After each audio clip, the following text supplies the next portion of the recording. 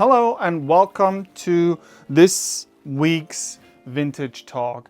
And today I want to talk about World War II shearling jackets, or more specifically about one type of jacket, the D-1 jacket, which I believe is one of the most underrated jackets of World War II because not a lot of people know about the D-1.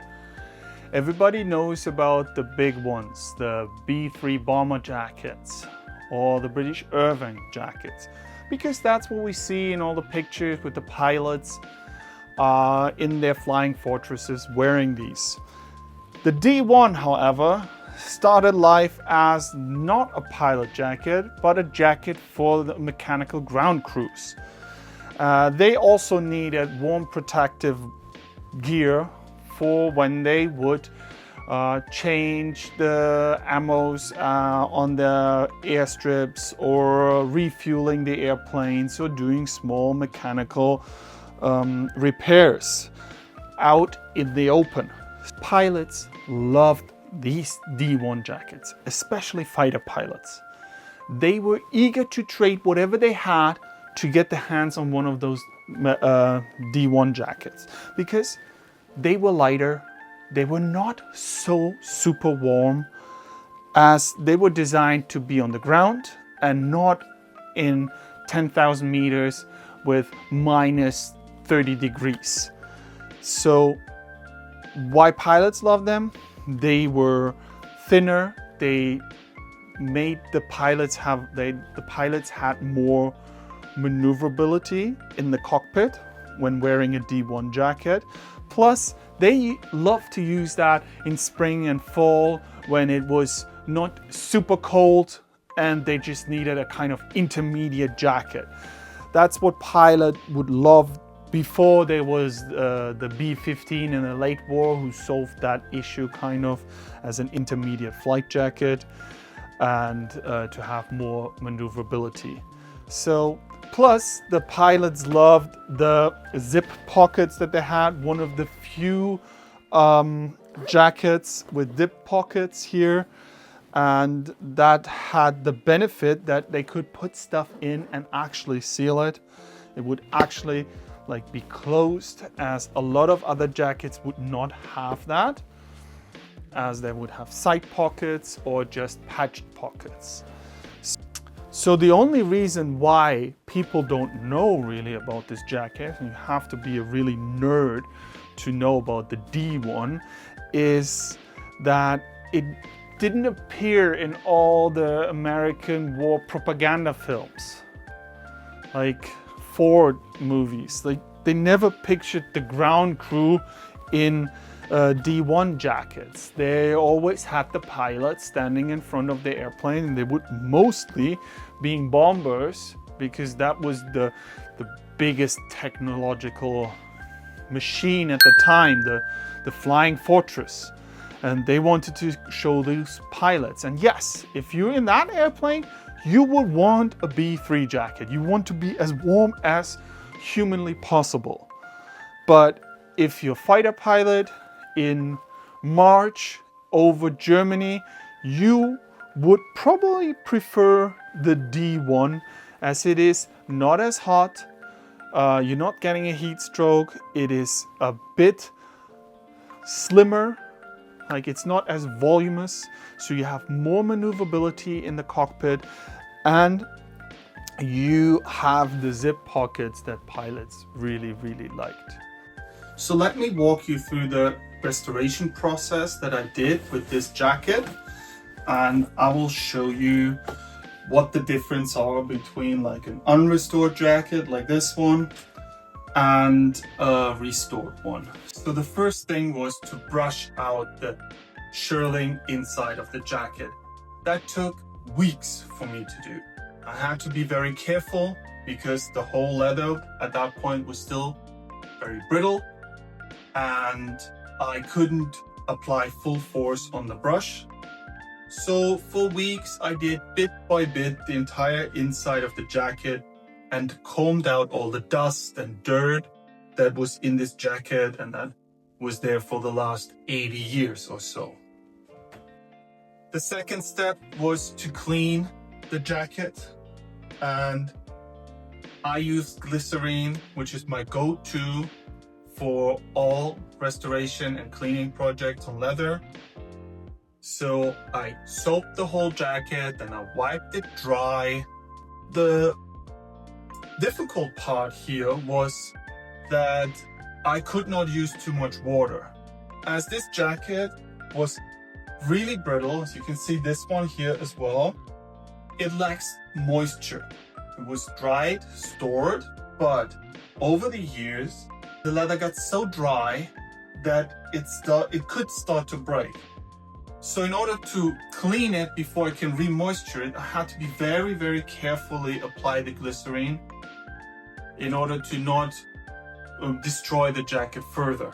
So the previous owner put a new zipper in and an entire new collar, which is not the original collar.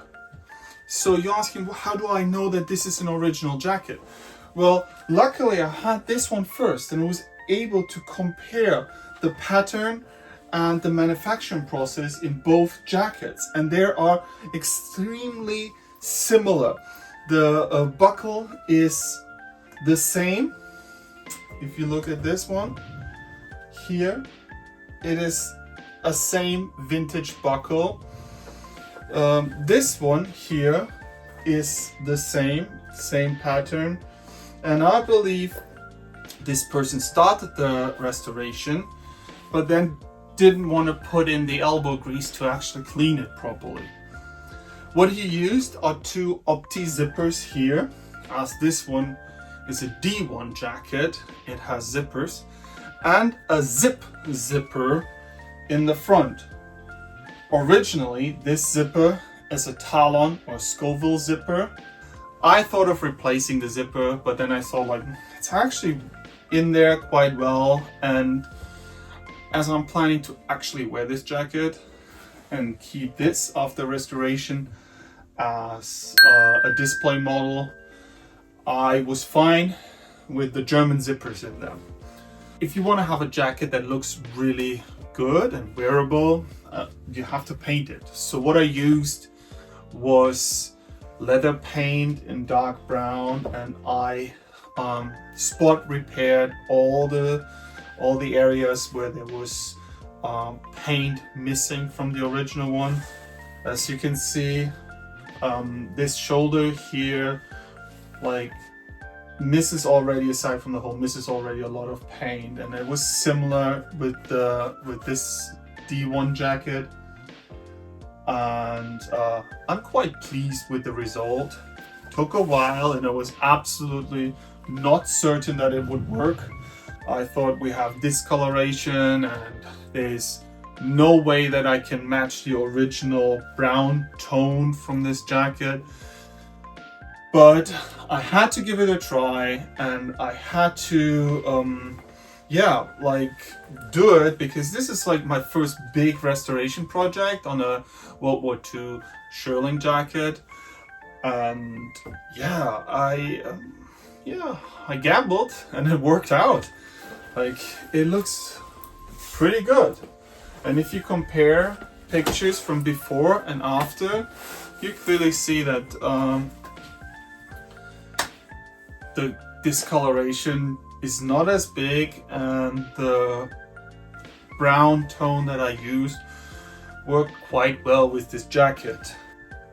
As you can see, all jackets are getting extremely brittle and hard.